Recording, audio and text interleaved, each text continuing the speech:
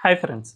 కర్ణాటకలో కాంగ్రెస్ ప్రభుత్వం ముస్లిం అపీజ్మెంట్‌కు ఎంత దారుణంగా పాల్పడుతుంది అంటే ఏకంగా ఆ రాష్ట్రంలో అల్లర్లకు సంబంధించిన కేసులన్నిటిని ముస్లింలపై ఎత్తివేసే విధంగా తాజాగా ఒక కీలక నిర్ణయం తీసుకుంది. దీన్ని బట్టి చూసుకుంటే భవిష్యత్తులో ఇక రాష్ట్రంలో ఎవరు ఎన్ని అల్లర్లకైనా పాల్పడండి, మీ కేసులను ప్రభుత్వం ఎత్తేస్తుంది అనే విధంగా అక్కడి ప్రభుత్వం చెప్పకనే చెప్పినట్లయింది. తాజాగా కర్ణాటక కేబినెట్ మీటింగ్ ఒకటి జరిగింది. ఈ మీటింగ్‌లో ఏకంగా 52 కేసులకు సంబంధించి ఉపసంహరణ చేసుకోవాలి అని నిర్ణయం తీసుకున్నారు. ఈ 52 కేసుల్లో ఎక్కువగా మేజారిటీగా అక్కడ కావేరీ ఉద్యమం ఇవన్నీ నడుస్తూ ఉంటాయి. అంతేకాకుండా కన్నడ భాషా ఉద్యమము అక్కడక్కడ నడుస్తూ ఉంటాయి.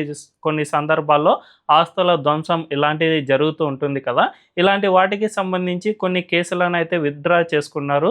సో, మొత్తంగా 52 కేసుల్లో దాదాపు ఇలాంటివే ఉన్నాయి. కానీ ఇందులో ఒక కీలకమైన కేసు ఉంది. అదే కర్ణాటకలోని అలంద్ అనే ప్రాంతంలో ఉన్న లాడ్లీ మాసక్ దర్గా అనే ఒక ప్రాంతంలో జరిగిన అల్లర్లకు సంబంధించిన కేసును సైతం ఉపసంహరణ చేసుకున్నారు. ఇందులో ఏకంగా 7 కేసులను పోలీసులు నమోదు చేశారు. ఇందులో అల్లర్లు ఏ విధంగా జరిగాయి అంటే అక్కడ స్థానికంగా ఒక దర్గా ఉంటుంది. ఆ దర్గా ముఖ్యంగా హిందూ శివాలయానికి సంబంధించిన ప్రాంతంలో గతంలో నిర్మించారు. ఆ మధ్యలో ఇప్పటికీ కూడా ఒక శివలింగం అనేది ఉంటుంది. 2022లో ఏం జరిగింది అంటే అక్కడ శివలింగానికి కొంతమంది వ్యక్తులు అవమానించే విధంగా ప్రయత్నాలు చేశారు. ఆ శివలింగంపై అశుద్ధాన్ని వేశారు. దీంతో అక్కడి హిందువులకు చాలా కోపం వచ్చింది. మా శివలింగం ఇక్కడ ఉంది కాబట్టి దీన్ని మనం శుభ్రం చేసుకుందాం, పూజించేందుకు ప్రయత్నం చేద్దాం అని కొంతమంది హిందూ సంఘాలు అక్కడ ప్రయత్నం చేశాయి. దీంతో లోకల్గా ఉన్న ముస్లింలంతా కూడా అక్కడ గ్యాదర్ అయ్యి ఏకంగా పెద్ద ఎత్తున అల్లర్లకు పాల్పడ్డారు. అక్కడ రాళ్ళు రువ్వడం,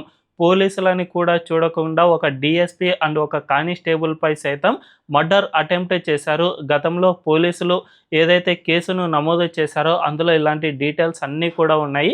వీళ్ళు ఏకంగా మర్డర్ కాన్స్పిరసీ కింద మాత్రమే ఈ అల్లర్లకు పాల్పడ్డారు అని సైతం గతంలో పోలీసులు వెల్లడించారు. సో, ఇది చాలా అంటే చాలా తీవ్రమైనది. ఏకంగా పోలీసులపైనే అల్లర్లకు పాల్పడడం అండ్ ఆ చుట్టుపక్కల ప్రాంతాల్లో ఒక భయాందోళన క్రియేట్ చేయడానికే వీళ్ళు ఈ విధంగా పాల్పడ్డారు. ఇందులో చాలామంది అక్యూజ్డ్ ఉన్నారు. వీళ్ళంతా కూడా ఇప్పుడు కోర్టు ఎదుట విచారణను ఎదుర్కొంటూ ఉన్నారు. ఒకవేళ వీళ్ళు నిర్దోషులే గనక అయితే ఖచ్చితంగా వీళ్ళు కోర్టులో నుంచి కేసును గెలిచి బయటికి వస్తారు కదా! కానీ కర్ణాటక ప్రభుత్వానికి వీళ్ళు నిర్దోషులుగా వచ్చే అవకాశం అస్సలు లేదు అని ముందుగానే తెలిసినట్టుంది. అందువల్లనే వాళ్ళపై ఉన్న కేసులన్నిటిని ఉపసంహరణ చేసుకోవడానికి గాను ఇటువంటి నిర్ణయం తీసుకున్నట్లు సమాచారం అందుతుంది. అయితే ఈ నిర్ణయానికి ముఖ్య బీజం వేసింది మాత్రం Karnataka assembly speaker UT Khader అనే వ్యక్తి. అతను 2023 అంటే 2022లో అల్లర్లు ఎప్పుడైతే జరిగాయో సరిగ్గా 1 ఇయర్ తర్వాత ఒక లేఖను కర్ణాటక హోంమంత్రికి రాశారు. మీరు ఈ కేసును ఉపసంహరణ చేసుకోండి, ఇందులో పెద్దగా ఏమీ జరగలేదు అనే విధంగా అతను లేఖ రాశాడు. దీన్ని హోమ్ మినిస్ట్రీ పూర్తిగా పరిశీలన చేసింది. ముఖ్యంగా పోలీసులకు సిఆర్పిసి సెక్షన్ 321 ప్రకారం కొన్ని ప్రత్యేక అధికారాలు ఉంటాయి. సో, పోలీసులు దీన్ని పరిశీలన చేసిన తర్వాత దీన్ని మనం అసలు ఉపసంహరణ చేసుకోకూడదు, ఎందుకంటే ఇందులో చాలా క్రిమినల్ కాన్స్పిరసీలు ఉన్నాయి కాబట్టి దీన్ని మేము ఉపసంహరణ చేసుకోవడానికి ఎట్టి పరిస్థితుల్లోనూ అంగీకరించవద్దు అని హోమ్ మినిస్ట్రీకి పోలీసులు అప్పట్లోనే నివేదించారు. ఇది 2024లో ఈ నివేదిక అందింది. అయితే వీళ్ళు తొలుత పోలీసుల నుంచి ఈ కేసులను విత్‌డ్రా చేసుకునే విధంగా ప్రయత్నాలు చేశారు. కానీ పోలీసులు అక్కడ చాలా పటిష్టంగా పనిచేస్తూ ఉన్నారు.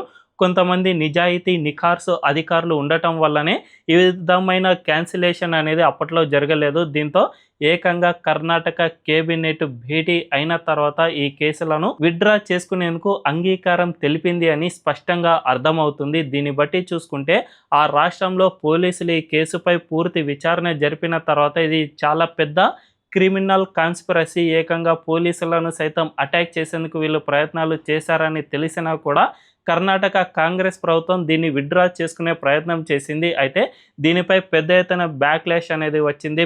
బీజేపీ అండ్ దేశవ్యాప్తంగా ఇంటెలెక్చువల్స్ అందరూ కూడా దీన్ని పూర్తిగా వ్యతిరేకించడం స్టార్ట్ చేశారు. అందుకే ప్రస్తుతం కర్ణాటక కాంగ్రెస్ ప్రభుత్వం ఈ కేసును అంటే ఈ ఏదైతే విత్‌డ్రా చేస్తున్న కేసుల్లో ఉన్న ఈ దర్గా అల్లర్ల కేసు ఉందో దాన్ని ఇప్పటి వరకు అయితే దీంట్లో చేర్చడం లేదు, దీన్ని తొలగిస్తూ ఉన్నామని గవర్నమెంట్ ప్రకటన చేసింది. కానీ ఒకవేళ ఈ బ్యాక్‌లాష్ అనేది రాకపోతే ఖచ్చితంగా ఈ అల్లర్ల కేసును సైతం పూర్తిగా ఉపసంహరణ జరిగేది అని మనం చెప్పకనే చెప్పుకోవచ్చు. అయితే కాంగ్రెస్ ప్రభుత్వం ఎలాగో దీన్ని ఉపసంహరణ చేసుకుంది కాబట్టి ఆ ప్రభుత్వం చాలా మంచిది అని చాలా మంది భావించవచ్చు. కానీ ఒక్కసారి మనం అదే 2022 ఇయర్లో జరిగిన హుబ్లీ పోలీస్ స్టేషన్ పై ఒక దాడి జరిగింది. ఈ దాడిలో ఏఐఎంఐఎం లీడర్ అరీఫ్ అనే వ్యక్తి ఈ స్టేషన్ పై దాడి జరిపించాడు. అప్పట్లో ఒక సోషల్ మీడియా పోస్టులో ఎవరో ఒక ఆగంతకుడు వాళ్ళ మతాన్ని కించపరిచే విధంగా ప్రయత్నాలు చేశాడు అనే ఆరోపణలతో ఇతను ఏకంగా హుబ్లీ పోలీస్ స్టేషన్ పైనే రాళ్లు రువ్వించాడు. అక్కడ ఉన్న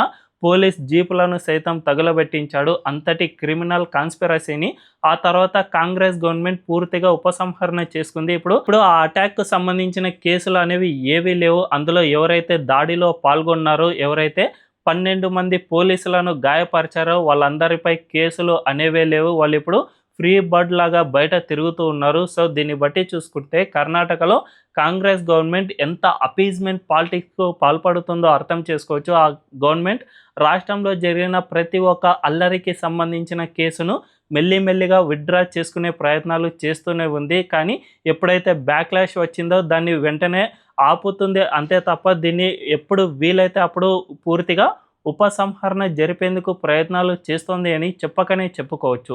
మరి ఇలాంటి అపీజ్మెంట్ పాలిటిక్స్కు ఎంతకైనా దిగజారే పార్టీలపై మీ అభిప్రాయం ఏంటో కామెంట్ల రూపంలో తెలియజేయండి.